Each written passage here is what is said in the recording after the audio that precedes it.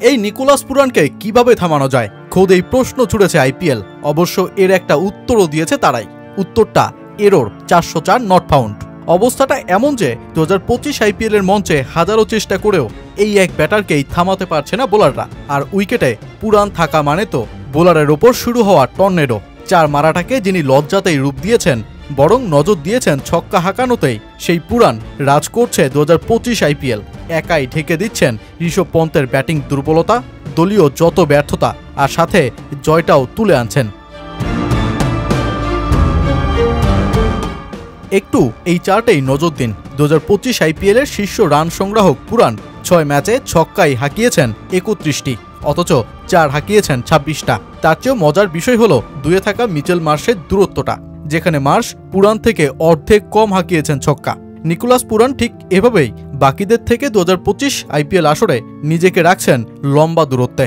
অবাক করার বিষয় হলো পুরান এখনো পর্যন্ত যেই 349 রান করেছেন, তার 290 রানই তিনি নিয়েছেন শুধুই বাউন্ডারি হাঁকিয়ে। দিল্লির বিপক্ষে 75 রানের ইনিংস দিয়ে শুরু 2025 আইপিএল। অতঃপর 4 বিধ্বংসী 50 দেখা পেয়েছেন নিকোলাস পুরান। 2 ম্যাচেই কেবল ছুঁতে পারেননি অর্ধশতক। প্রতি ম্যাচেই 200+ স্ট্রাইক রেটে ব্যাট চালিয়ে মাঠ ছেড়েছেন পুরান।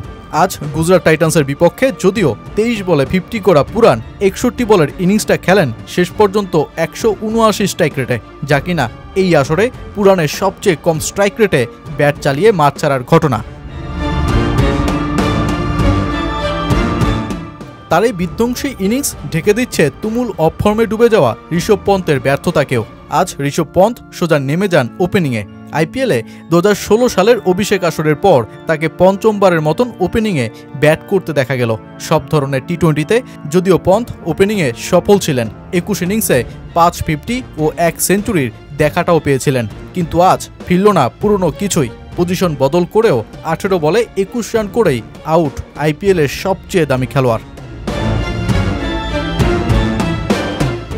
আইপিএলে রীতিমতো অপ্রতিরোধ্য হয়ে উঠেছিল গুজরাট টাইটান্স। 5 ম্যাচে 4টিতেই জয় নিয়ে তারা নামে আজকের ম্যাচে। তবে শেষ পর্যন্ত লখনৌয়ের নিকোলাস পুরান তাণ্ডবে ম্যাচটা হারতেই হয় শুভমান গিলদের। বৃথা যায় গিল ও সাই সুদর্শনের 120 রানের ওপেনিং জুটিটাও। শেষ মুহূর্তের নাটকীয়তায় আয়ুষ বাদনির বাউন্ডারি জয়ের বন্দরে নিয়ে যায় লখনৌ সুপার জায়ান্টসকেই। আর পয়েন্ট তালিকার 3-এও উঠে যায় ঋষভ পন্তের দল।